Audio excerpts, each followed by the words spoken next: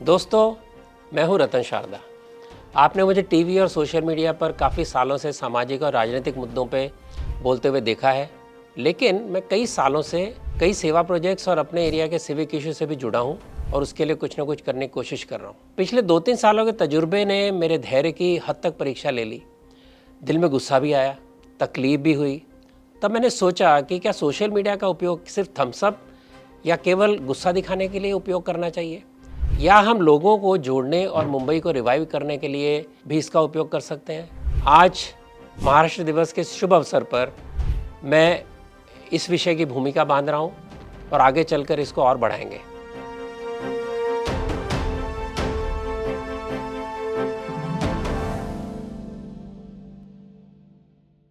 मैं एक हार्डकोर मुंबईकर हूं जो पैदा हुआ परेल में, पला बढ़ा विलेपार्ले के मराठी इंटेलेक्चुअल क्राउड्स के बीच और अब रहता हूँ हीरानंदानी में पवई।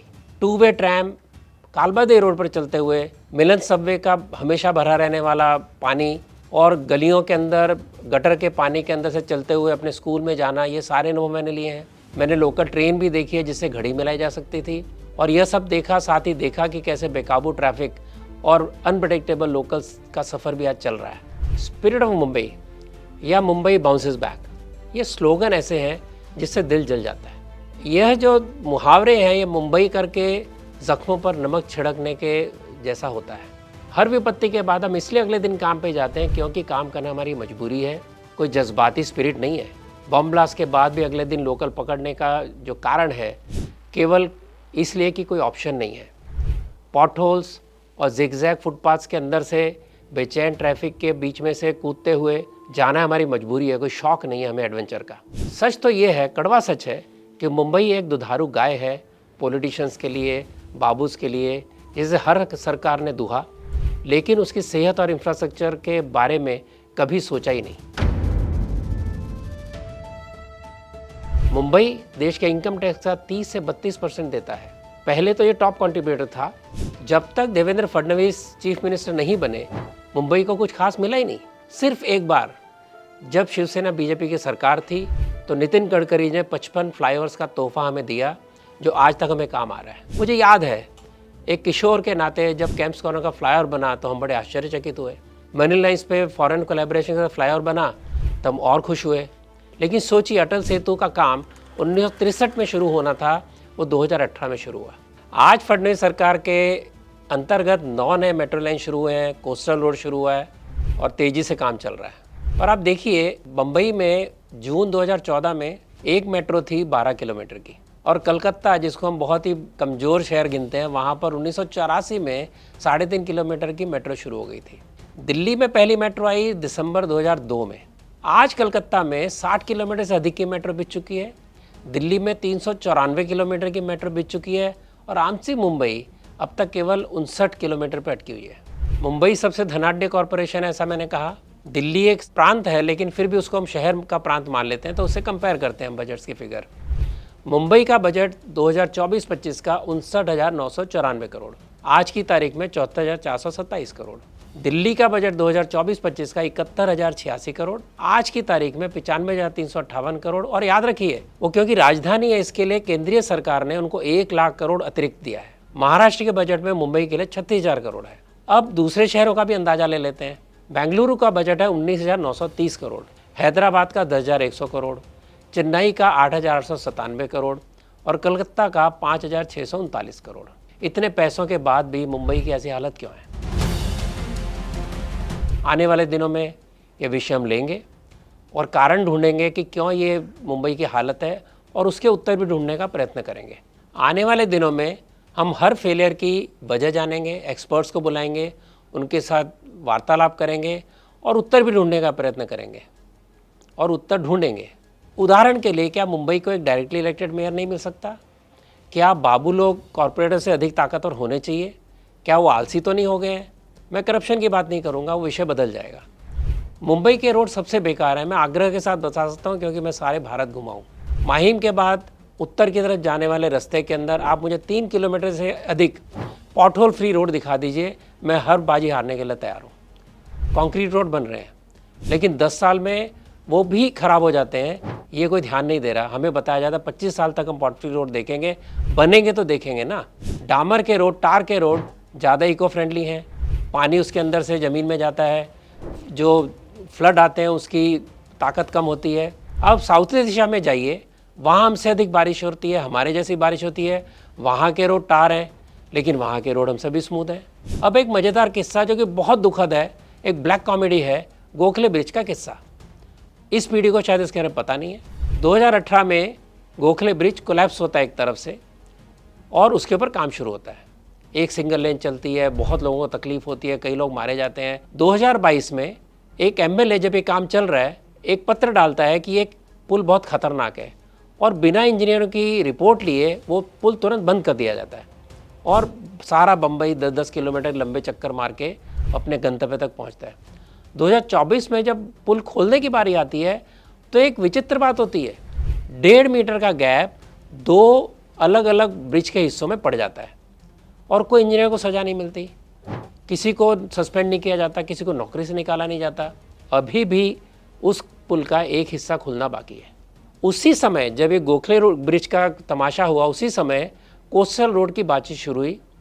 2018 में शुरू हुआ, और 10.5 किलोमीटर का कोस्टल रोड 2025 में शुरू भी हो गया।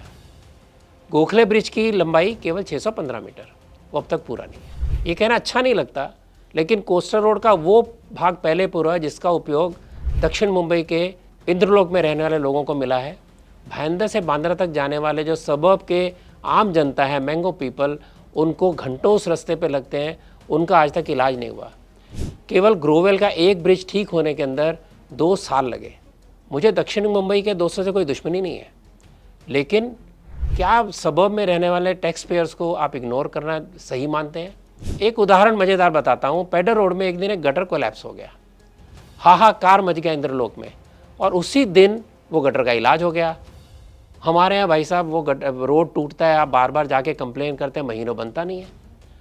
हमारे पार्क के अंदर एक रास्ता रिपेयर करने के लिए हम बार बार कह रहे हैं म्यूनिसिपल कॉर्पोरेशन को, वो कहते हैं हमारे पास पैसे नहीं है। उसी समय मलाबार हिल में एक बिल्कुल ब्रांड न्यू ट्रैकिंग ट्रेल बन जाता है, हमें भी वो पसंद है, लेकिन वहाँ आने के लिए हमें 2 घंटे लगेंगे। हमारे यहाँ ही थोड़ा रिपेयर कर दीजिए। दक्षिण मुंबई में होने वाला मेट्रो नेटवर्क आप देखिए कितना स्मूथ है, डाइवर्जन कितने अच्छे बने हुए हैं। अब मुंबई के आप सबर्ब्स के मेट्रो में काम को देख लीजिए, तो क्या हम सौतेले भाई हैं म्यूनिसिपल कॉर्पोरेशन के?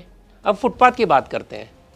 मुंबई के अंदर फुट और पाथ इसका कोई संबंध नहीं है, क्योंकि जब अपना फुट आप उस फुटपाथ पे रखते हैं तो आपको वहाँ पर मिलते हैं हॉकर्स, आपको मिलते हैं सोने वाले, वहाँ आपको मिलता है गंजेड़ी। बैरिकेड्स लगे हुए हैं जिसके कारण आप फुटपाथ पे जाने से डरते हैं, क्योंकि फुटपाथ पे जाएंगे तो वो सारे फुटपाथ पे तो हॉकर्स ने कब्जा कर लिया है, उन्होंने उसको अपना काउंटर बना लिया है।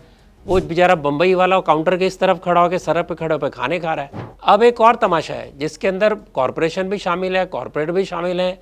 उनको क्या लाभ मिलता है मैं कहना नहीं चाहूँगा, लेकिन बैरिकेड लगने के बाद में फुटपाथ जो है वो हॉकर्स का अड्डा बन जाते हैं, जहाँ आपको खाना भी मिलेगा, जहाँ आपको पीना भी मिलेगा, जहाँ आपको सोना भी मिलेगा। तो मैं अगर फुटपाथ पर चढ़ूँगा, आधे रास्ते पता चलेगा कि आगे दुकान आ गई, अब मैं बाहर भी नहीं निकल सकता, तब मैं सड़क पे चलता हूँ। ये है मुंबई कर का हाल।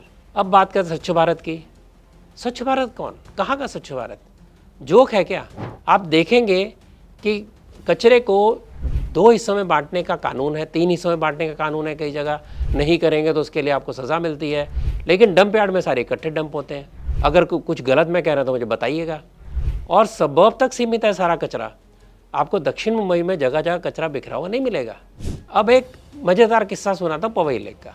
पवई लेक को सुधारने का, उसको पुनर्जीवित करने का कुछ 2-3 सालों से तो मैं भी प्रयत्न में लगा हूँ, और उसके अंदर IIT मुंबई के लोग लगे हैं, उसके अंदर कॉरपोरेशन के पास हम जा चुके हैं, उसके बारे में हम लीडर से मिल चुके हैं। उसका 2-3 साल में 3 बार इनॉग्रेशन हुआ है, जिसके अंदर वो पवई लेक की वो वीड काटने के लिए बोट आती है, वो बोट आती है फिर गायब हो जाती है।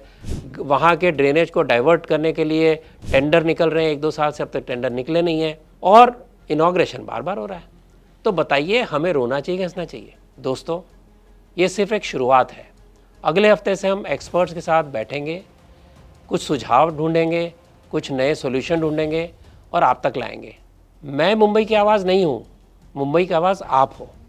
आपके सजेशन, आपकी समस्याएं, आपके सॉल्यूशन हमें भेजें ईमेल करें या व्हाट्सएप पे भेजें, नीचे उसका पता और उसका नंबर दिया हुआ है। अगर आप लाइव ऑडियंस का पार्ट बनना चाहते हैं तो भी हमें बताएं, हम बीच में लाइव कार्यक्रम भी करेंगे। आइए आवाज़ से आवाज़ जोड़ते हैं, आवाज़ को प्रतिध्वनित करते हैं। आइए हाथ जोड़ के एक दूसरे के साथ मिलकर मुंबई को फिर वापस पटरी पर लाने का प्रयत्न करते हैं। मुंबई के कॉरपोरेशन के इलेक्शन से पहले हमारे गोल है कि हज़ारों मुंबईकर अपने विषयों के बारे में जानें, उनकी जानकारी लें, ताकि वो उस उम्मीदवारों से प्रश्न खड़े कर सकें, उनसे उत्तर मांगें और उत्तर दें और उन्हें कहें कि आप लिख कर दीजिए कि हम ये काम पूरा करेंगे। सोशल मीडिया केवल एक एंटरटेनमेंट का साधन नहीं है, एक एम्पावरमेंट का टूल हो सकता है। हम उसको एक एम्पावरमेंट का टूल बनाएंगे। सब्सक्राइब करें बोलते महाराष्ट्र को। Together let's revive Mumbai. This is mission Mumbai. आपण मिशन मुंबईला सफल करू आणि येणाऱ्या वर्षात इलेक्शन होण्याच्या आधी आपण एवढे चांगले प्रयत्न करू की प्रत्येक उमेदवाराला आपल्याला उत्तर दिलंच पाहिजे आणि यापुढे बाबू आम्हाला त्रास देणार नाही, आम्हाला तिथे बाहेर बसवणार नाही, आमचं काम ऐकतील, करून देतील अशी व्यवस्थापन करू. एवढा प्रयत्न केला तर मुंबई नक्की परत सुधरेल. धन्यवाद. नमस्कार.